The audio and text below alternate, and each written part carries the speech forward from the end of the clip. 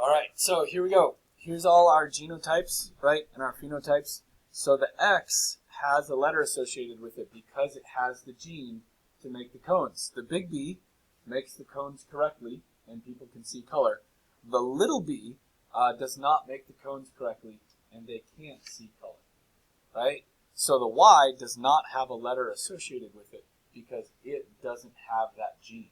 It doesn't have that piece of DNA to make the cones, right? So we owe all of our color vision to that one gene on that one X chromosome.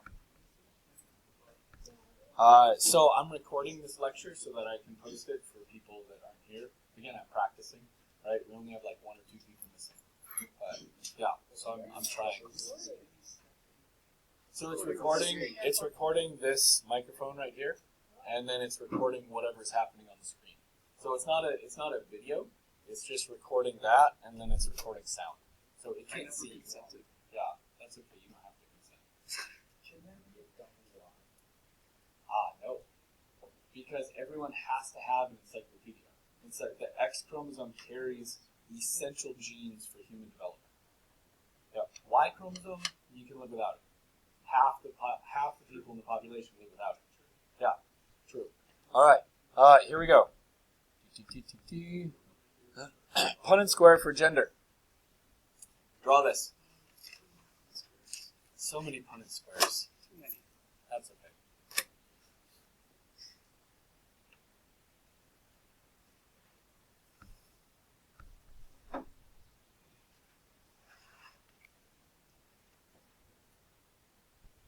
All right, so mom, how many X chromosomes can she give her offspring?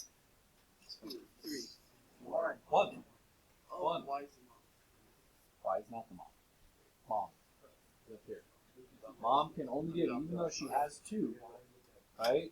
Even though she has 2, she can only pass on 1 to her offspring. It's just like all of our other Punnett squares that we've done, right? All of us have 2 genes or 2 alleles for every trait. We can only pass on 1 to our offspring, right?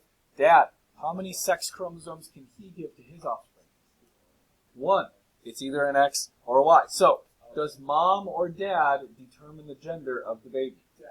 Dad, right? Mom just gives an X. She has no choice. Dad, if he gives an X, then the couple has a girl, and if he gives a Y, it's a son. Yeah, exactly. All right, so now, let's make this a little bit more interesting. Go ahead and make a Punnett square for this genetic word problem. All right, so here's what we would see, hopefully. Come on. There we go. There's mom on the top. There's dad off to the side. And then there's the Punnett square filled in. So, phenotypes, right, self-explanatory. Genotypes, this upper left-hand corner right here, that's going to be a carrier female, and then carrier female, and then lower left. Well, so males can't be carriers. They either are or they're not. It would be a color-seeing male and color-seeing male. Right, exactly. Now, these boys, they had a colorblind dad. Right? And they are not colorblind. I know. All right, and these girls, right, they had a colorblind dad, right, and they are not colorblind. So what can we say about colorblindness? It's a trait that skips a generation. Right? Yeah. All right, so here we go. Next up. All right, so here we go. One of the daughters from the last problem, excuse me, they were both carriers. Come on, there we go. Okay, and then color-seeing man, X to the big B, Y. Good job if you set it up right. So that's what we're going to have. So genotypes are right there, self-explanatory. Upper left-hand corner, what's this? Normal female, right? Carrier female. Normal male. colorblind male. Right? So again, this is the F2 generation, right? So if you're a female that had a colorblind dad, you have a 50% chance of having a colorblind son.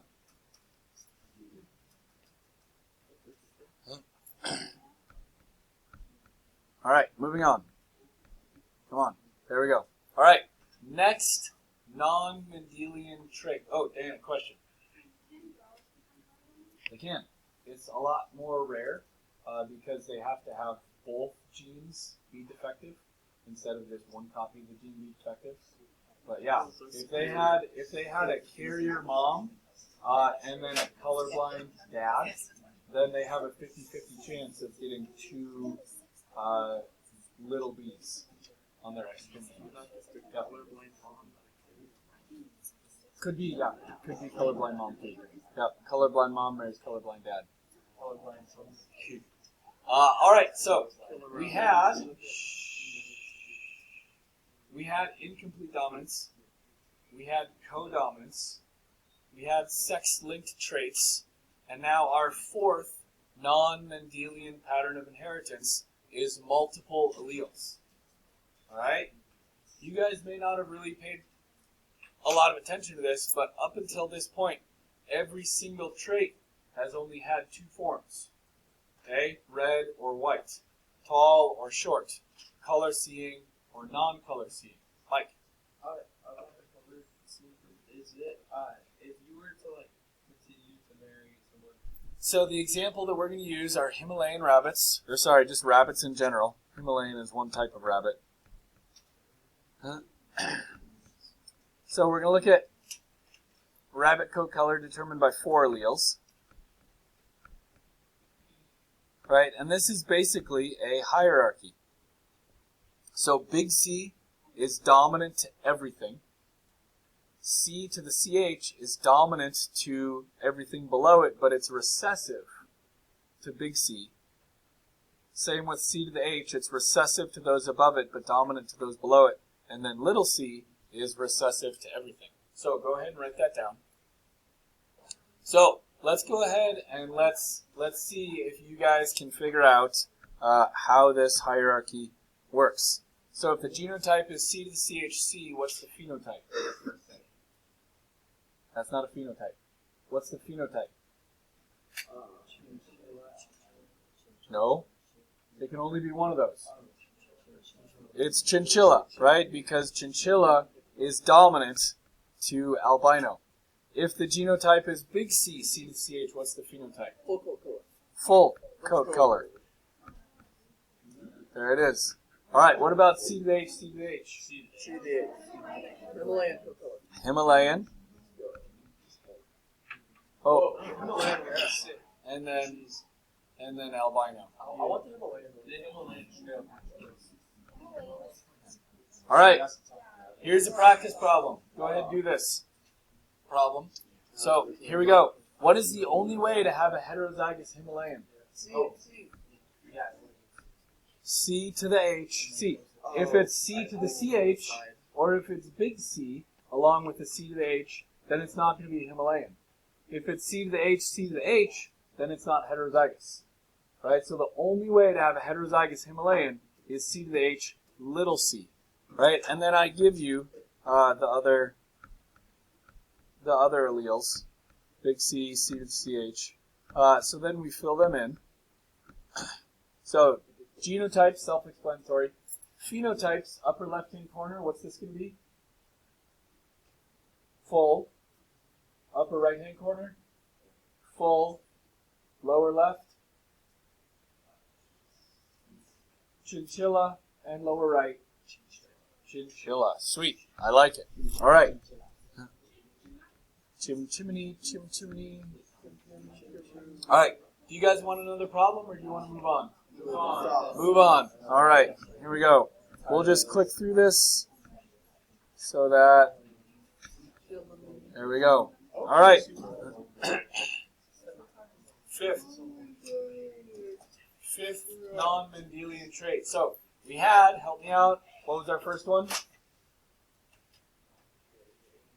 Incomplete dominance. Second one? codominance, third one, sex-linked traits. Fourth one, multiple alleles. This is our fifth non-Mendelian trait, is a polygenic trait, right? And these are the hardest ones to figure out, but these are actually the most common, right? I have a shocker for you. Okay, human skin color. Kylie, Holly, you with me? Okay, human skin color, polygenic trait. Human hair color, polygenic trait. Human eye color, polygenic trait. Oh my god. Human height, polygenic trait. What? I know. I know. There's only a very, very, very small number of human traits that are under the influence of just one gene, and even those are kind of debated a little bit, right? So one of those is a widow's peak, right? If your hairline kind of comes to a little point right here, right? Some people say that that's dominant. One of those is hitchhiker's thumb, right? If your thumb bends past 180 degrees, if it bends backward like that, right? Some people say that's dominant, right? Some people say attached earlobes, right? Free earlobes are dominant. Attached is recessive. If the bottom part of your ear connects directly to your face. Yep. All right. So you will not have any polygenic problems on, on worksheets or on quizzes or on tests. I just kind of want you to know that it's out there, that it's a thing, and if you take, biology or genetics in college, you will most definitely encounter that. So now, let's put all of our knowledge together. All right, so I'm going to give you a scenario. Okay, in humans, one gene controls blood type. We have our human blood types, A, B, and O. Right? We're not going to worry about the plus or minus because that just complicates things too much. Then it's two genes, then it's not one gene. Okay, so we're just going to worry about the one gene. And there are three different alleles that control blood type. I to the A, I to the B, and then little I. So if you have little I, you have type O. If you have I to the A, little I, or if you have I to the A, then you have type A blood. If you have I to the B, little I, or I to the B, then you have type B blood. So, help me out. What patterns of Mendelian or non-Mendelian inheritance do you see?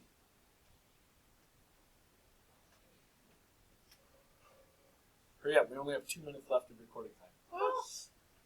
Come on, figure it out. So one gene, okay, so that's a Mendelian pattern of inheritance. How many alleles do we have? 3. 1, 2, 3. Right? So that's multiple alleles. It's not just 2 alleles. And then, oh, here we go. I forgot. And then if we have I to the A, I to the B, we have type AB. Okay, so what is that like? Is that like our 4 o'clock flowers, or is that like our speckled chicken? That's the speckled chicken. So codominance. Right, exactly. If we had I to the A, I to the B, and that made like type C, right, that would be incomplete dominance. It would be making something totally different. But because we have type AB, right, then that's codominance. That's an A protein and a B protein on a red blood cell. All right, and then, last but not least, this is another thing that that I won't really have any direct word problems on, but you need to know that it's a thing, because I'll ask you about it in general, right? The genes provide a blueprint, a plan, but it's influenced by the environment. So you can have the genes to be Shaquille O'Neal, right? But if you're malnourished as a child, those genes will not have the ability to be expressed. Yeah, you'll be more like normal height instead of like Shaquille O'Neal height.